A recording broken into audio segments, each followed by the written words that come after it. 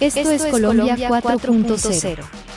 Ya haces parte de la era de la inteligencia artificial. Ponte cómodo y disfruta de todo lo que hemos preparado para ti.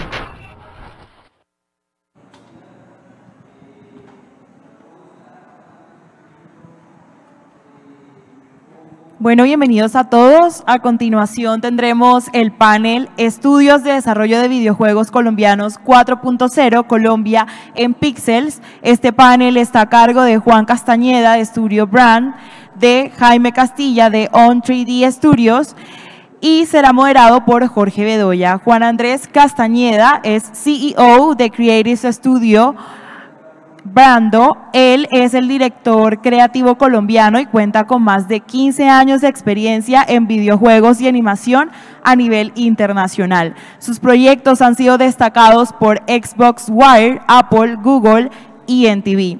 Fue cofundador de Bogotá ACM SIGGRAPH y ha sido expositor del Game Beat Summit, ha sido juez del Pocket Gamer Big Indie Pitch y panelista de Latin X in Games Roundtable durante el GDC. Hoy dirige Estudio Bando, una fuerza creativa de videojuegos, donde está desarrollando Sopa, destacada en The Mix, Xbox Wire y Wholesome Games.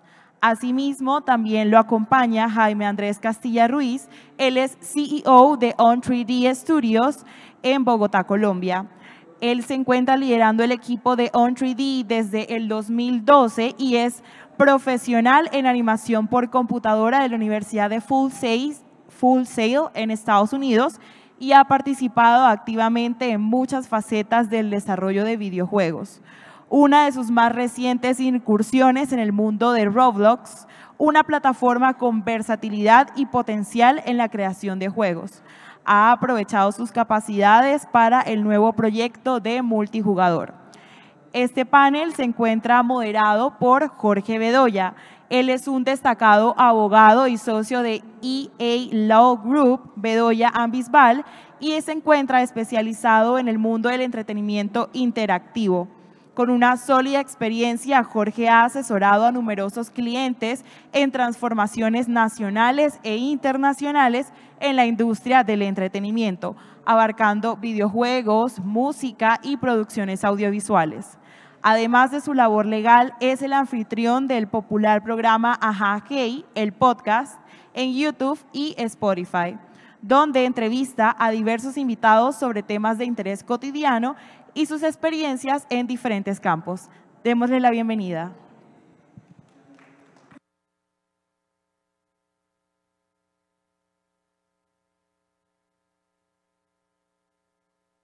Buenos días, ¿cómo están? ¿Cómo va todo? Qué chévere estar aquí una vez más con ustedes en un panel más de Colombia 4.0 y en uno de los temas que, por supuesto, que me gusta y nos encanta aquí todos, que tiene que ver con la industria nacional de videojuegos. Para mí no solamente es un placer y un privilegio sentarme aquí a hablar de lo que ha pasado con la industria, con los estudios que se destacan de Colombia, sino también conocer cuál es la verdadera opinión, qué es lo que hay detrás de esa experiencia, y creo que es una oportunidad súper chévere para ustedes también aprender y conocer un poco de lo que hay detrás de bambalinas, en lo que significa llevar un estudio de videojuegos. Antes de comenzar, me presento nuevamente. Mi nombre es Jorge Bedoya, soy socio de iLaw Group Bedoya Bisbal. Somos una firma que trabajamos con estudios de videojuegos y en la industria del entretenimiento interactivo. Tenemos una oficina en Los Ángeles y en Barranquilla, Colombia.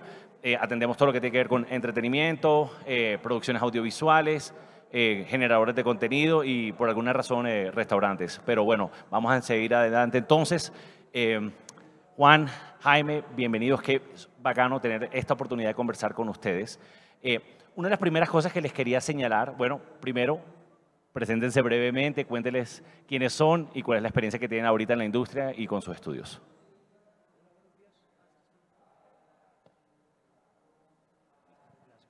Aló. Hola, buenos días a todos. Yo me llamo Juan Castañeda y soy el CEO de Studio Bando. Somos un estudio de desarrollo creativo de videojuegos y estamos trabajando para convertirnos en el estudio Ghibli de videojuegos. Y actualmente estamos desarrollando un proyecto muy lindo y también muy colombiano y muy folclórico que se llama Sopa. De hecho, creo que tenemos un video aquí a la mano que podemos mostrar para darles una idea de lo que estamos desarrollando. Si podemos darle play al video, firme.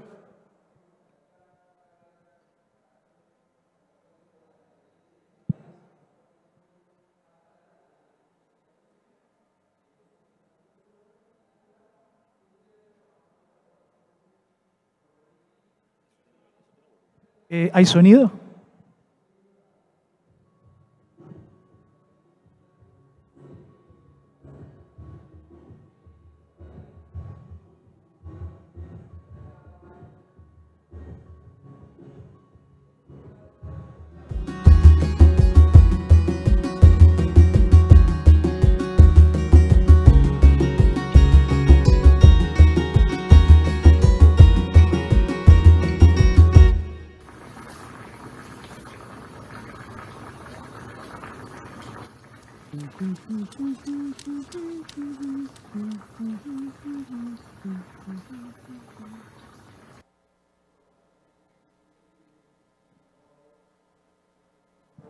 Súper bacano, qué bonito, man. Bacano. Gracias. Jaime, cuéntanos. Bueno, buenos días. Mi nombre es Jaime Castilla. Yo soy el gerente general de On3D Studios. On3D es una compañía que fundamos en Bogotá, fundé en Bogotá en el año 2012. Venimos trabajando en videojuegos desde entonces. En este momento estamos trabajando en un videojuego mundo abierto en la plataforma de Roblox. Y básicamente eso es lo que estamos trabajando. El juego se llama Griffville, sale a beta abierta en 2 semanas, entonces los invito a jugarlo también. Qué bueno.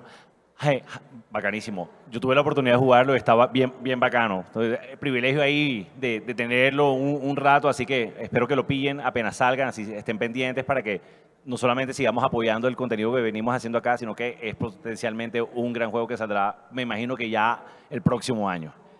Bueno, Jaime y Juan, ustedes prácticamente podríamos decir que hacen parte de lo que es la segunda camada de estudios de videojuegos de Colombia. En el momento de empezar, ¿creen que el hecho de que existieran una primera camada que estuvo afuera, que empezó a cortar, digamos, ese monte que es de la industria del entretenimiento interactivo y empezó a estrechar lazos, a generar relaciones, de alguna manera hizo un poco más fácil el que ustedes se aventuraran a generar un estudio de videojuegos, un emprendimiento basado en un estudio de videojuegos y el lanzarse a crecer en esta industria? Absolutamente sí, Jorge. En nuestro caso, teníamos la fortuna de haber conocido desde hacía tiempo a Alejandro, por ejemplo, de lo que en ese momento era Brains, a conocer a Quique de TeraVision, a conocer a Eibar de Efecto, que pues son los veteranos que han hecho un gran camino aquí en la industria de videojuegos en Colombia, todo desde organizar los primeros eventos, montar las primeras empresas, traer los primeros publishers, los primeros inversionistas y realmente crear un camino enorme, de manera que nosotros, esta siguiente generación, por todo eso, pero además con sus consejos y su apoyo, nos dejara un camino más abierto para comenzar a construir sobre eso. Sí, totalmente de acuerdo. Digamos que nosotros tuvimos una experiencia similar. Yo conocí a Eibar relativamente temprano cuando arrancamos a trabajar. Nos volvimos muy amigos. Eibar es el gerente de Efecto Studios. Y sí, totalmente. O sea, ellos nos presentaron mucha gente, digamos como estaba hablando Justin en la conferencia anterior, gran parte, si no es tal vez la parte más importante, sobre todo al principio, es ir a las ferias, conocer gente, ir a las fiestas, hacer networking. O sea, personalmente no soy bueno para eso. Entonces, el tema de haberlos conocido a ellos nos ayudó un montón. Ellos ya conocían a Patrick. Patrick es un abogado también de la industria que trabaja con Jorge. Nos lo presentaron y eso nos fue abriendo mucho camino, muchísimo más fácil que haberlo hecho nosotros solos. No, ya, tranquilos. No sé por qué lo apagué.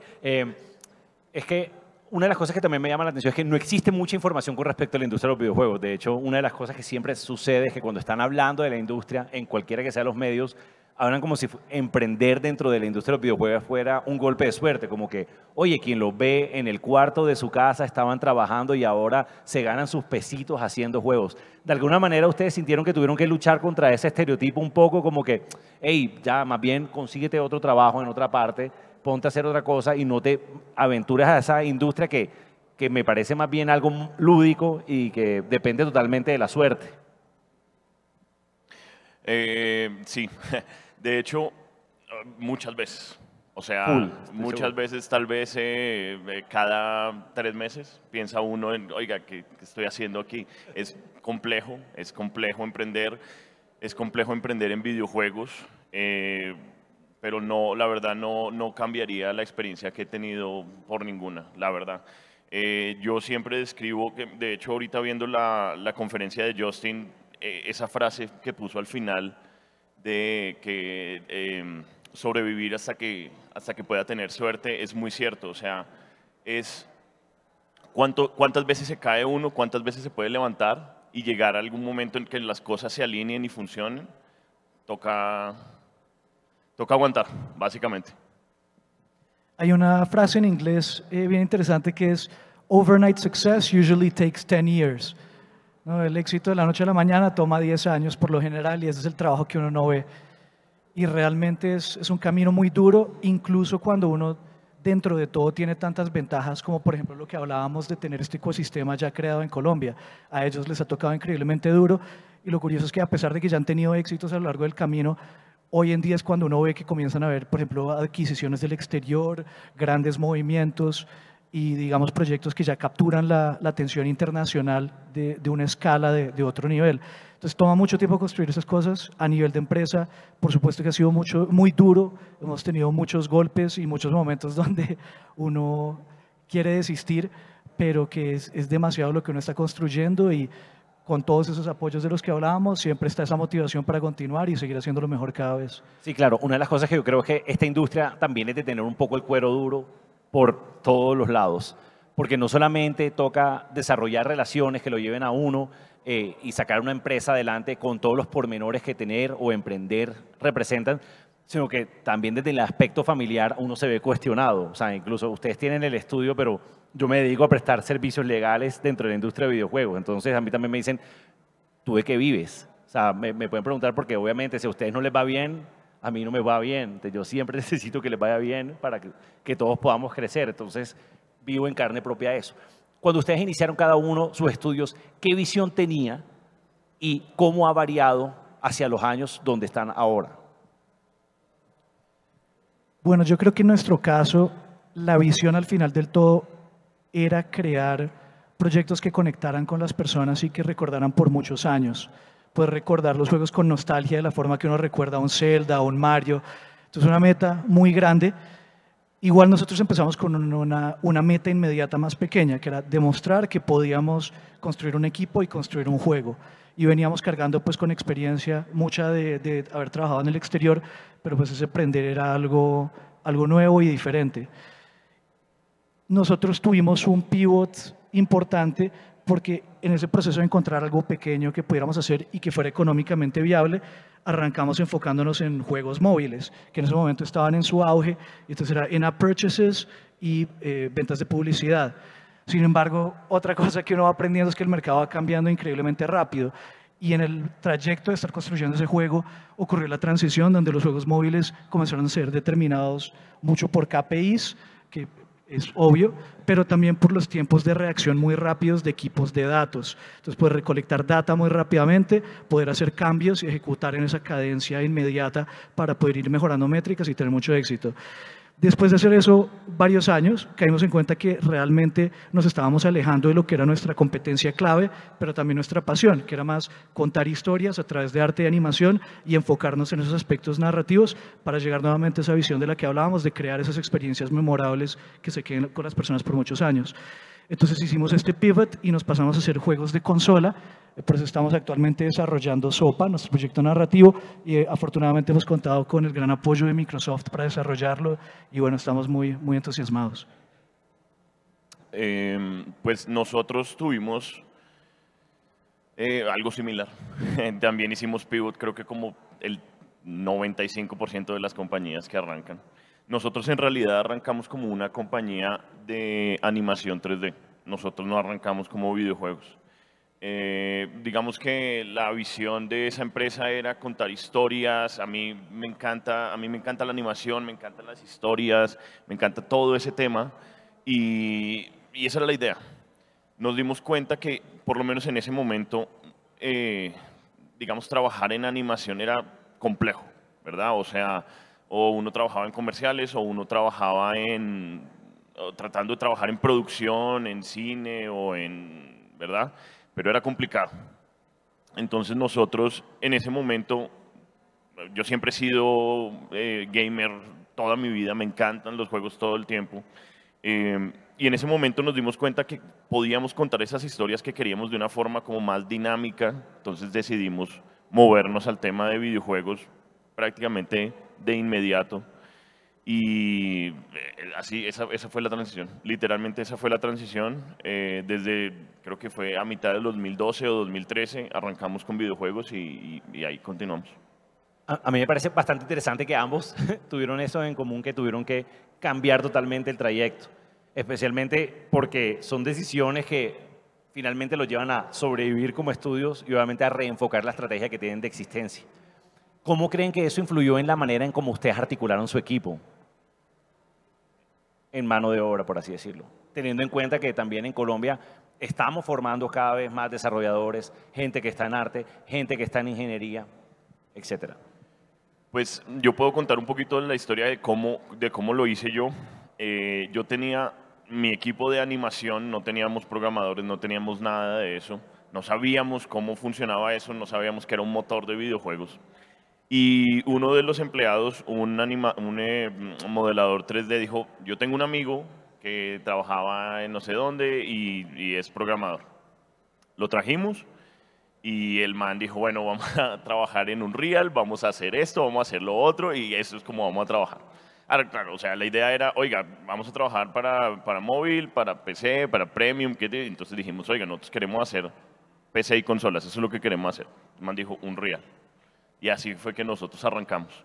Digamos, ¿cómo afectó la forma en que, o digamos, los tipos de perfiles que nosotros buscábamos? Pues nos empezó a tocar buscar, digamos, que todo el espectro del pipeline de videojuegos, ¿verdad? Que no teníamos ni idea, yo personalmente no tenía ni idea y gracias a esta persona que entró, así fue que yo empecé. En nuestro caso fue, también compartiendo que veníamos del lado de animación, una transición de conseguir más roles de arte y de animadores y de modeladores 3D que digamos para el otro medio de negocios que veníamos manejando antes. Y lo curioso fue que comenzamos a descubrir que realmente hay un talento muy grande aquí en el país que se viene desarrollando a lo largo de los últimos 10 años, que hasta ahora se comienza a ver por los lados, pero realmente hay gente muy tesa por todos lados, experta en lo que hace. Y es un poco encontrar a estas personas, muchas veces recién salidos de la universidad, muchas veces apenas terminando la universidad, y hacer un acompañamiento como parte de ese primer trabajo, enseñar como las partes fundamentales de profesionalismo básico, de comunicación en equipo, de saber delegar las cosas y comunicarse con otras personas, y de todo ese pipeline de producción, de forma que ya puedan volverse como independientes y tener mucha autonomía dentro de ese trabajo que hacen. Entonces, para nosotros, yo creo que ese ha sido el pivot más grande, comenzar a como sistematizar los procesos de forma que podamos recibir siempre personas muy jóvenes y muy apasionadas y que estén listas para trabajar muy rápidamente. Oye, y eso es algo que a mí me encanta escuchar. Anoche o antenoche hablaba con Jaime, me contabas con respecto a una animación en específico, a un animador que necesitabas dentro de tu compañía para el juego. Y yo veo que Colombia, desde que viene mi experiencia, muchas veces he visto estudios y a nivel de Latinoamérica, que es la cosa de pronto más latina que sucede, que dicen, hey, ustedes tienen un equipo de 10 ingenieros y 5 artistas, y todo el mundo, claro, hey, pregunta por lo que no hay, y tal, y la gente se compromete y después, ay, marica, me toca buscar ahora 5 artistas y 10 ingenieros para armar el proyecto, pero creo que cada vez es menos el caso, porque sí están encontrando, digamos, mano de obra calificada, o por lo menos gente que ya está un poco más informada de lo que necesita hacer, y entonces ese como intervalo de espera para que obtenga experiencia es cada vez menor. ¿Cómo fue tu experiencia en lo que te pasó a ti, Jaime? A ver, nosotros hoy en día, digamos que, bueno, voy a dar un poquito de contexto como para responder esa pregunta. Nosotros desde el COVID, como nos tocó a todos, nosotros nos volvimos 100% remotos. Eso era algo que en mi cabeza no lo concibía, o sea, no funcionaba trabajar desde la casa, eso no existía. En COVID nos tocó a todos y nos dimos cuenta de que no solo sí podíamos, sino que nos estaba yendo mejor. O sea, el trabajo estaba funcionando mejor, entonces eso nos abrió la posibilidad de buscar gente en otros lados, ¿sí? Entonces, nosotros en ese momento empezamos a buscar, digamos, abrimos las puertas no solamente para estar en Bogotá y para traer gente, porque incluso nosotros antes de COVID, hay una anécdota, o sea, chistosa para mí, no creo que fue chistosa para el hombre. En enero de 2020 contratamos a un programador en Bucaramanga, se vino a vivir a Bogotá, llegó a la oficina y al otro día COVID y se fue a trabajar desde la casa en Bogotá. Wow. Se quedó en Bogotá. O sea, ya eso para nosotros no tiene sentido, ¿sí? No, por lo menos para nosotros logramos crear un pipeline y un flujo de trabajo muy bueno para poder trabajar remoto. Entonces, en ese sentido, para nosotros ha sido un beneficio poder buscar gente en cualquier lugar, ¿sí? Sí, básicamente ha sido así para nosotros, sí, o sea, el tema del talento para nosotros se volvió un tema muy amplio. Nosotros tratamos en lo posible de buscar en Latinoamérica, sobre todo por la zona horaria, todo el tema, pero ese es como el flujo que manejamos nosotros. Interesante. Juan, en el caso de ustedes de Estudio Bando, ustedes fueron un equipo que empezó casi que fully remote desde el primer día. ¿Crees que esa perspectiva de funcionar de manera remota ha cambiado desde que empezaron hasta ahora, teniendo en cuenta elementos como la pandemia y que eventualmente se quieren ver, tener una oficina o localizarse? ¿O creen que por el contrario han desarrollado un pipeline lo suficientemente robusto y una manera de trabajar buena y articulada que les permita seguir así de ahora en adelante? Sí, como tú dices, en nuestro caso la empresa desde el primer día fue totalmente remoto. En nuestro caso también fue fundada, los tres fundadores socios veníamos trabajando juntos en Estados Unidos desde hacía tiempo, presencialmente, entonces había una confianza ahí, de manera que cuando comenzamos la empresa más adelante y todo era remoto, pues muchas preocupaciones iniciales de cuando uno comienza a trabajar de esa forma, pues no existían. Y por esa misma confianza y porque crecimos lentamente, podíamos ir integrando nuevas personas al equipo e irlos familiarizando con esta dinámica de forma que se sintiera muy natural. Pero lo curioso de eso es que nos obligaba a que todas las comunicaciones fueran muy explícitas, porque todo tiene que estar por escrito o las llamadas todas tienen que estar agendadas y casi que uno tiene que tener agenda para todo, que es la naturaleza del trabajo remoto. Pero como bien decía Jaime, eso lo que hace es que todo termine siendo más organizado en vez de menos y más eficiente en vez de menos organizado. Digamos, cosas que hayan cambiado, realmente durante la pandemia no nos vimos afectados. Continuamos trabajando como siempre lo habíamos hecho. Fue más bien más adelante cuando comenzamos a atraer más personas a la empresa con más velocidad que nos dimos cuenta que algunas de las cosas que dábamos por sentado, como esa confianza entre los miembros del equipo, había que construirla explícitamente cuando ya se traían suficientes personas que no habrían pertenecido al equipo antes.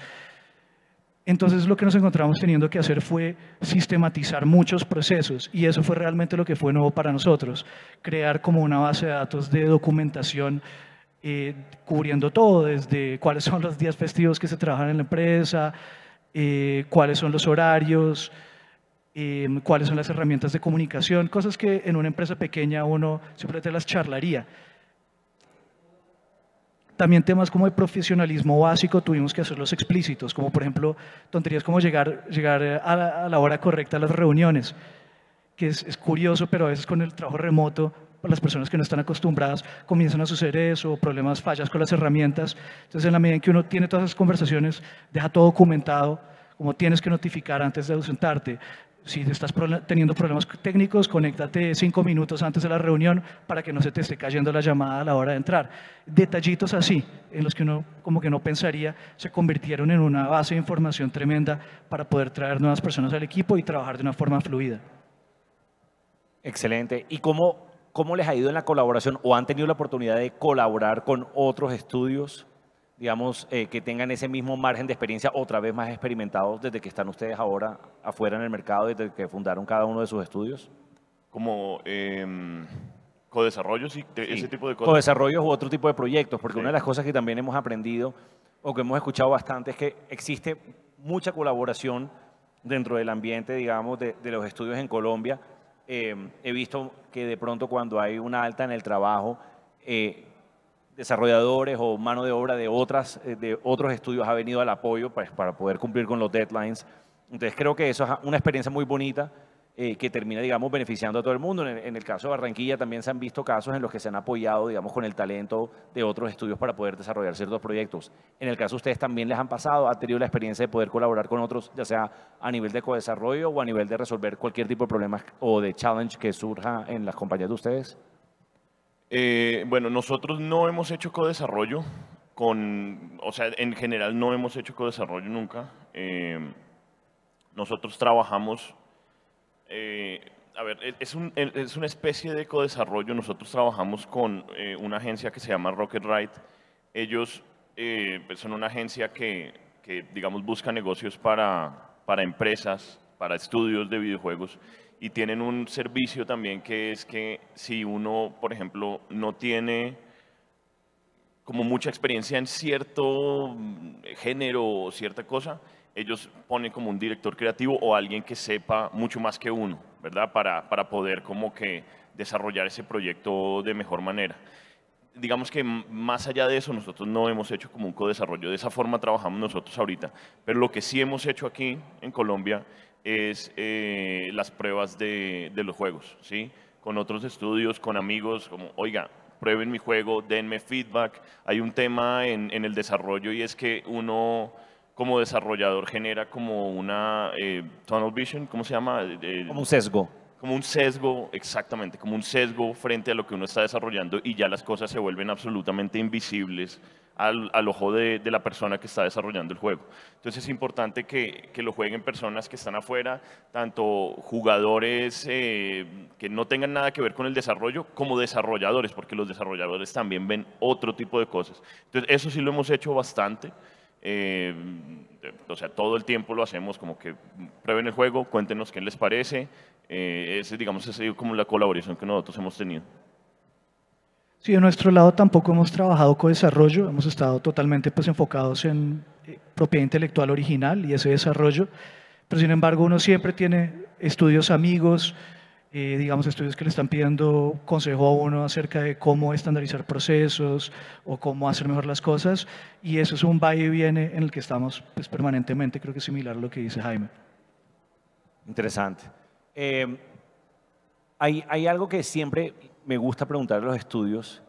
En el caso de ustedes, si bien mencionamos al principio que existió una primera camada de estudios que se encargaron de pronto de abrir mercado, de hacer, o sea, lo cual se ve traducido, se ve representado en cierta facilidad en conocer la industria, en por lo menos saber qué es lo que se viene adelante. ¿Cuáles consideran ustedes que han sido los mayores retos que han tenido que enfrentar con sus estudios en este momento, desde que comenzaron y en este momento? Son muchos retos, todo desde llegar al exterior y decir que uno viene de Colombia, ¿no? Eso siempre es una experiencia fuerte, incluso que uno no pensaría muchas veces en ambientes profesionales. Siempre está, digamos, el chiste como de mal gusto, y uno va acostumbrándose a navegar y pilotear eso. Y es algo que ha cambiado mucho con el tiempo. Hoy en día se vuelve como un icebreaker casi, y para uno terminar hablando del país de forma positiva y presentando otras cosas y mostrando otros lados. Desde la parte de producción, eso conlleva muchas otras cosas, preguntas acerca, falta de confianza principalmente, de si existe el talento, si existe la experiencia, la experticia, y bueno, todas esas son oportunidades para convencer que sí existe, pero todo eso es una labor que toma mucho tiempo, que también hablando de la camada anterior, digamos de los veteranos, ellos han adelantado gran parte de eso, pero siempre hay más por hacer.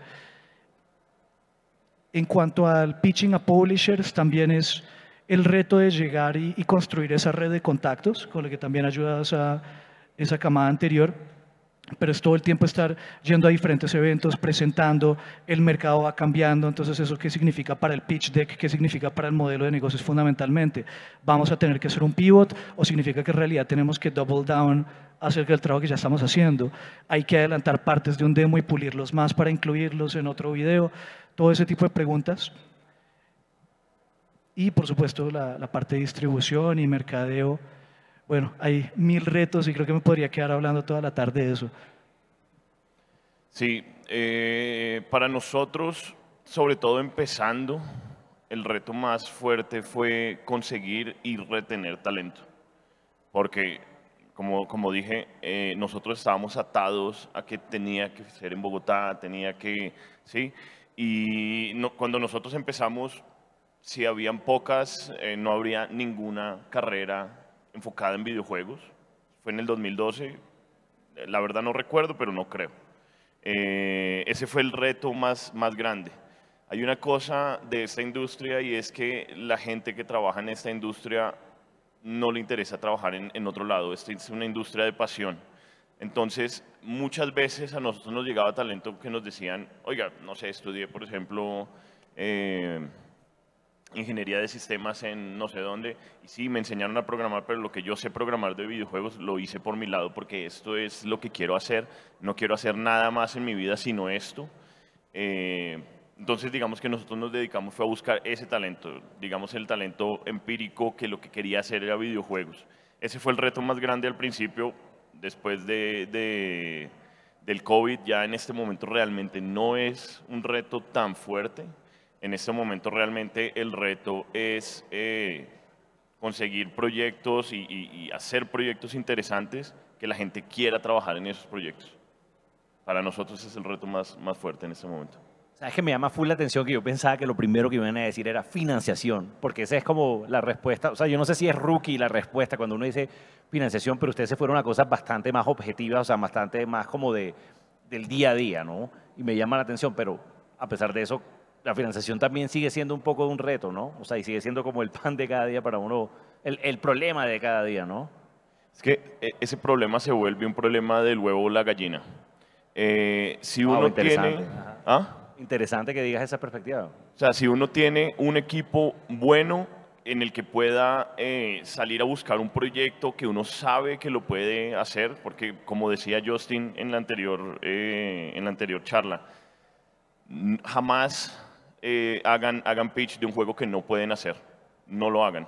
O sea, sepan exactamente que sí lo pueden hacer, tengan la confianza de que lo pueden hacer porque eso, o sea, hacer eso los puede quemar en la industria inmediatamente.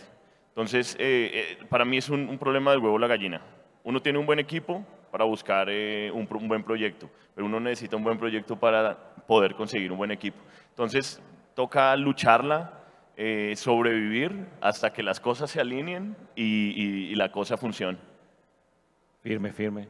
Juan, any take en eso? Pues que lo curioso también con respecto a la financiación es muchas veces uno llega con la visión, me ocurrió a mí ingenuamente, comenzarle a decir, bueno, una vez solucionamos este problema, una vez conseguimos un publisher o conseguimos una inversión o generamos un retorno, ya es un problema solucionado. Y lo que uno va aprendiendo rápidamente es que es un problema que siempre va a existir a lo largo de toda la existencia de la empresa. Y es curioso porque uno habla con dueños de fondos, uno habla con CEOs de otras empresas, no sé, de Estados Unidos y Europa, y ellos tienen las mismas preocupaciones con respecto a financiación. Es un problema que siempre va a existir, siempre es un problema a solucionar. Yo soy fan de la perspectiva que ustedes acaban de dar, por eso paré todo en ese instante y dije, hey, me encantó que me hayan hablado de ese problema, o sea, o que hayan tenido por lo menos una perspectiva distinta. Yo, en el approach o en el acercamiento que tengo con muchos estudios, cuando me hablan de, es que si tan solo tuviera plata, yo les digo, hey, esto es Colombia, no te preocupes por plata, que plata no hay. Entonces, vamos a arrancar por otro lado, ¿no? Y cuando en verdad tienes una perspectiva más holística y un poco más centrada en el desarrollo de una compañía, en la articulación de una estrategia, en que pueda funcionar el estudio, ahí yo veo un verdadero futuro, porque estás pensando en el mañana, no estás pensando en solucionar hoy, estás pensando en que de verdad sí funcione de manera articulada tu equipo y que puedas seguir cumpliendo y que puedan seguir existiendo. Y esa es una visión súper bonita y súper bacana. Hay alguien que tiene que pensar en eso igual, ¿no? O sea, hay alguien que tiene que estar enfocado en eso. Oh, Afortunadamente, claro. En mi caso no soy yo. Yo estoy enfocado en que el juego sirva, en que el juego funcione y eso es lo que me encanta. Pero 100% tiene que haber alguien que esté pensando y estresado cómo funciona eso. Sí, pero todos hemos tenido esa reunión donde el tema principal es, hey, mira, todo lo que podemos hacer y esta es la plata aquí. O sea, ha sido como el énfasis principal, ¿no? Si el equipo va a poder cumplir con las expectativas o con las entregas, si no, la plata es esto y ahora cómo lo realizamos. Y yo creo que ahora tampoco es algo que nos va a hacer, digamos, enfadarnos o que o sea, es simplemente una etapa de la vida de todos los estudios. De algo tenemos que vivir, obviamente uno no quiere hacer esta vaina gratis, pero pues si uno tiene un enfoque distinto como el que acaban de mencionar Juan y Jaime, creo que por ahí va mejor la cosa. Ahora, 2023 ha sido un año súper difícil para esta industria. Desde despidos masivos hasta freno de proyectos, no solamente en Latinoamérica, sino a nivel mundial. Y es una de las primeras crisis que por lo menos nos ha tocado vivir a todos dentro de la industria. ¿Cómo han visto? ¿Cuál es su perspectiva de este año? Y digamos que, pues no soluciones, pero digamos que, ¿cuál es el outtake que tienen de todo esto que ha sucedido en el 2023? Esa es otra de por dónde empezar, ¿no? Ha sido un año muy, muy difícil, yo creo que para todos los estudios. Empecé también en la frase que decías de Justin, de sobrevivir hasta que no tenga suerte, porque realmente uno lo que ve es casi que hay un evento de extinción de cierta forma de algunos estudios por todo el mundo. Digamos que los que sobrevivan son los que van a tener la oportunidad de lentamente como reconstruir un poco. En nuestro caso ha sido una montaña rusa donde hemos visto que contratos que ya pensábamos que teníamos prácticamente firmados en la semana de la firma, por algún otro evento mundial con el que no contábamos, se vino abajo una serie de dominos que resultó con que perdiéramos esa oportunidad y bueno, toca seguir adelante. Afortunadamente ahora estamos muy contentos porque tenemos un anuncio clave, de hecho esta misma noche, desafortunadamente todavía no lo puedo hacer aquí, pero que ya, digamos, nos permite sobrevivir al otro lado de esta... ¿Cómo me haces crisis. esa vaina, amigo? O sea, yo soy tronco de man ansioso y me tiras esa bomba acá, ¿qué es lo que pasa ya? Bueno, pero bacano, qué bacano, primo, bacano. Jaime. Para nosotros, al contrario, para nosotros ha sido un año increíble. Nosotros firmamos nuestro proyecto a final del año pasado y todo este año ha sido trabajo, o sea, solo trabajo. Tuvimos la fortuna de poder trabajar con un partner sólido que cumplió con todas sus cosas, ¿sí? Entonces, para nosotros ha sido un año extraordinario. La verdad, nosotros salimos, el juego sale en febrero del año que viene, entonces ahí ya veremos cómo va la perspectiva desde ese momento, pero para nosotros fue un gran año. Felicitaciones, Jaime, por ese lanzamiento también. Bacano, están estos manes aquí montados, primo. Ya. Está chévere la cosa. Hay algo que me llama la atención y es lo siguiente, es ¿dónde ven sus estudios o dónde quieren ver sus estudios en los próximos 5 años? Yo sé que suena como una pregunta bastante amplia y por dónde lo cogemos, pero yo creo que teniendo en cuenta todo el recorrido que hemos hecho a lo largo de esta conversación, creo que me pueden dar más o menos una respuesta con respecto a esto. En nuestro caso, yo creo que para dentro de 5 años queremos haber consolidado a Estudio Bando como un estudio reconocido por su labor creativa y de animación. Realmente nuestra meta es que la gente joven, la gente que está terminando las universidades pueda ver ese estudio y decir, hey, allá es donde yo quiero trabajar cuando yo me gradúe, que sea el sueño trabajar ahí y hacer cosas originales y creativas y sobre todo diferentes de lo que se está haciendo en producciones pues, americanas y europeas. Excelente, Jaime. Bueno, o sea, no quiero sonar como que es una meta pequeña, pero la verdad es que para mí es poder seguir trabajando en lo que me gusta, literal. O sea, me encanta, amo y no me veo trabajando en ninguna otra industria. Para mí y para la compañía, o sea, obviamente nosotros como compañía tenemos una visión de que queremos ser como cierta compañía o cierta otra compañía, ¿verdad? Y digamos que esa es la visión. Pero para mí lo más importante es poder seguir trabajando en videojuegos. Me llama la atención eso porque el otro día salimos a comer y nos decían antes de sentarnos, dijeron que no sé si era algo tibetano o algo que dijo el Dalai Lama. Yo estoy seguro que fue Diomedes Díaz, pero era una cosa que como que que la felicidad no sea el objetivo, sino que la felicidad sea el camino. Entonces, yo creo que ese es un objetivo que también la gente que se mete en esta industria tiene que tenerlo en cuenta, no decir el día de mañana cuando vaya a ser feliz, sino hey, todo lo que yo haga dentro de esta industria me tiene que hacer feliz porque es que si no uno no puede funcionar de una manera completa. Obviamente hay días malos, hay días buenos, pero si uno tiene que estar de alguna manera feliz y contento y verse en lo que está haciendo. O sea, así que Y creo que los que escogemos la vía del entretenimiento interactivo, de alguna manera lo hacemos porque nos hace realmente feliz. Y uno dice, hey, me siento totalmente privilegiado de trabajar en una industria que tiene gente bacana, que tiene eventos súper chéveres, que me permite viajar o que me permite conocer gente. Hombre, y si puedo vivir de esto y hacer una vida como la quiero, o sea, entonces esa es la felicidad. Para terminar, ibas a decir algo, Jaime. Okay.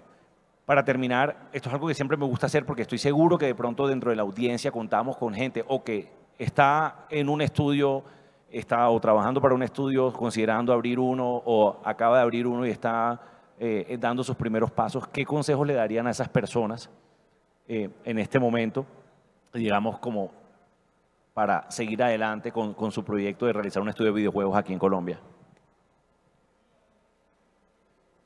Hagan juegos. Hagan juegos, o sea, esto lo único, hay que hacer muchas cosas, pero para llegar a hacer todas esas cosas hay que hacer juegos, donde sea, en cualquier plataforma, de cualquier género, de cualquier cosa. Hagan juegos, si esta es la industria que les gusta, si esto es lo que les apasiona, hagan juegos.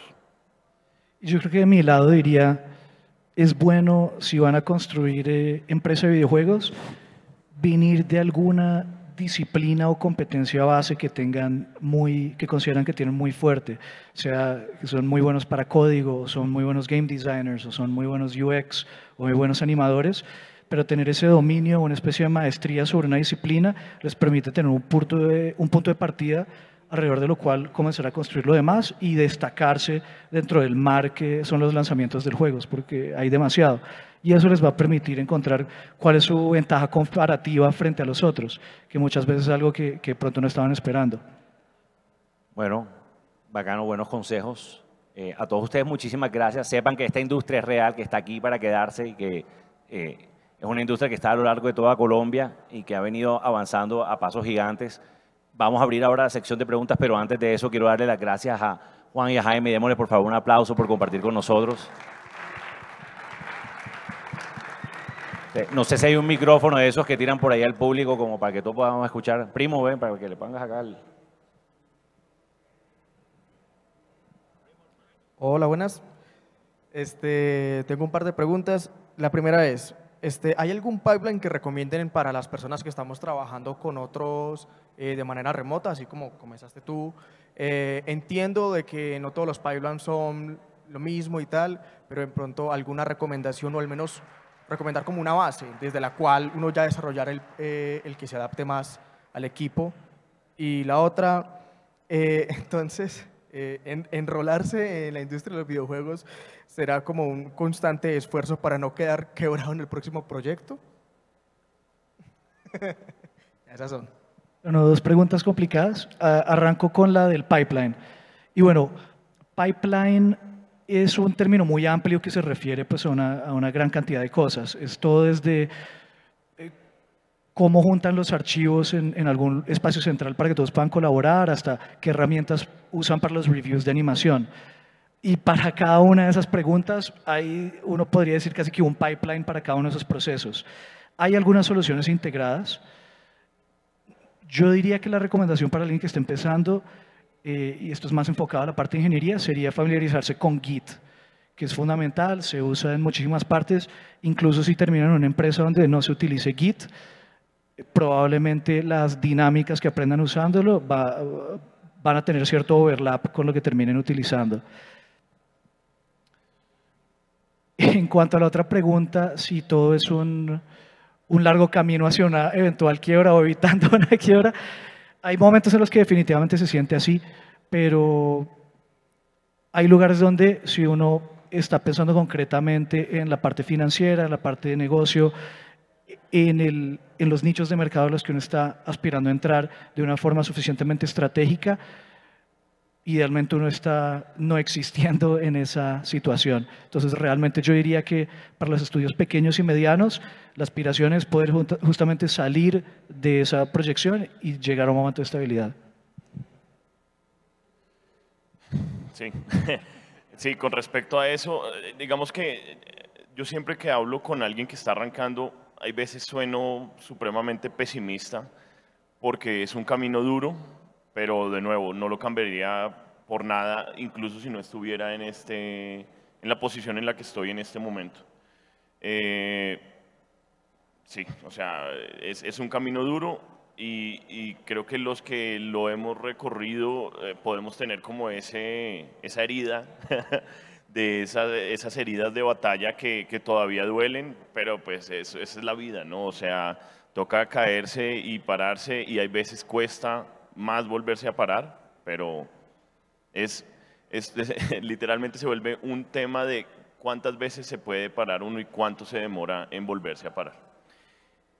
Con respecto al pipeline, o a la pregunta del pipeline, o a la pregunta del trabajo remoto, mi consejo sería, que es algo que a nosotros nos funcionó muchísimo, es la comunicación clara y directa cuando uno está trabajando remoto. Nosotros en Colombia nos encanta decir, adornar las cosas y por no herir, no, eso no funciona trabajando remoto. No es ser grosero, no es ser pendejo y decir las cosas mal, es simplemente ser directo y decir las cosas que uno necesita que pasen. Eso para mí ha sido revelador.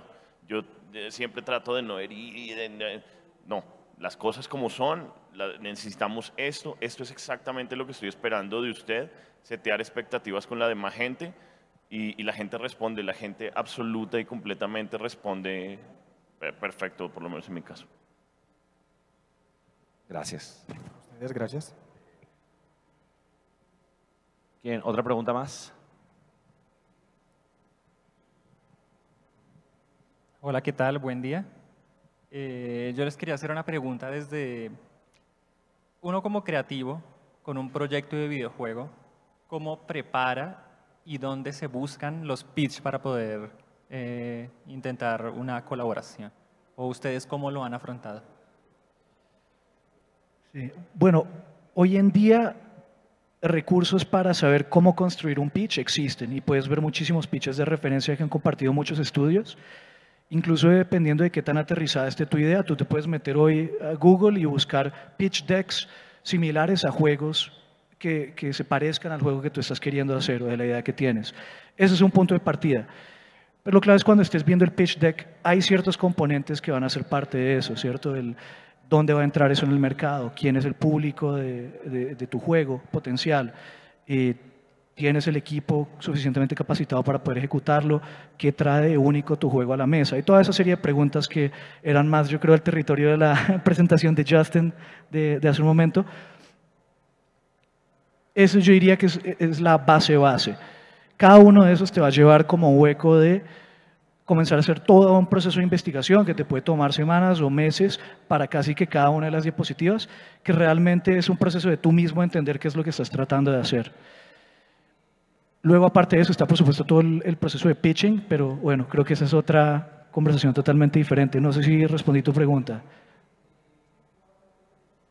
Sí, o sea, básicamente, literal, eso de repente, si tienes a alguien, si conoces a alguien de la industria, de pronto mostrarle, no a un publisher ni nada, sino a alguien que tenga experiencia, de repente mostrarle, decirle, oiga, ¿qué le parece? ¿Qué le parece que le falta? ¿Qué le sobra?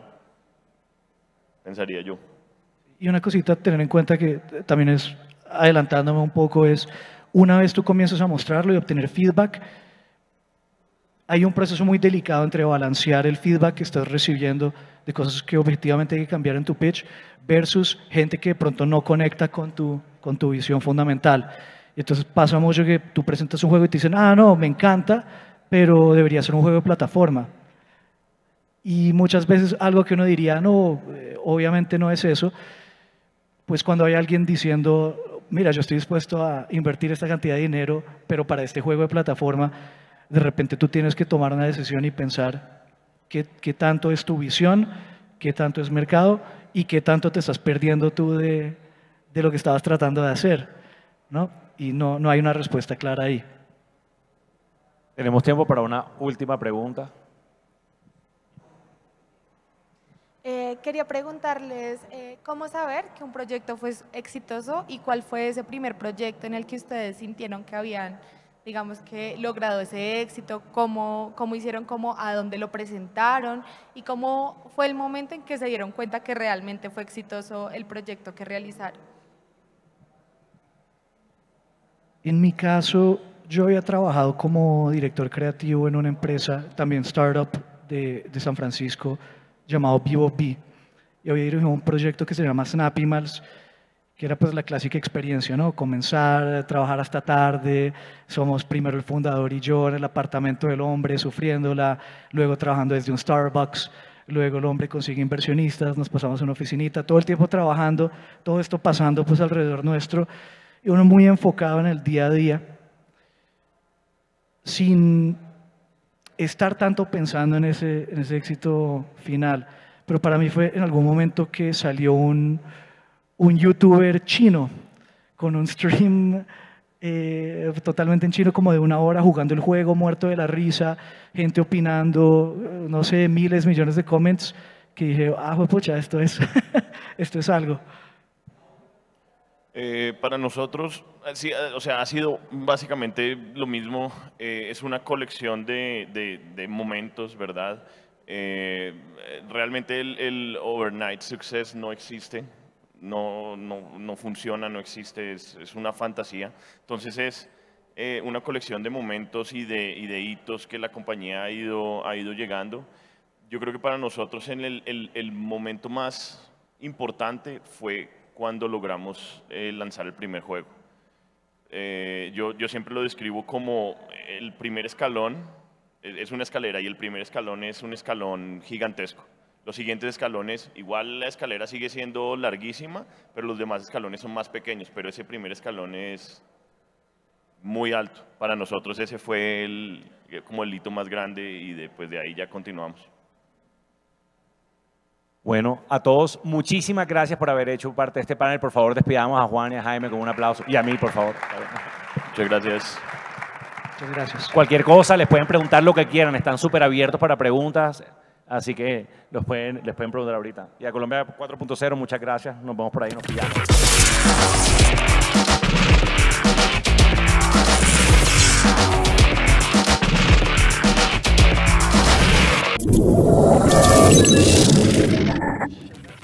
Hemos finalizado nuestro encuentro en este momento. Pero hey, no te quedes con toda la información. Compártela con el mundo en redes sociales utilizando el hashtag Col40. Y recuerda,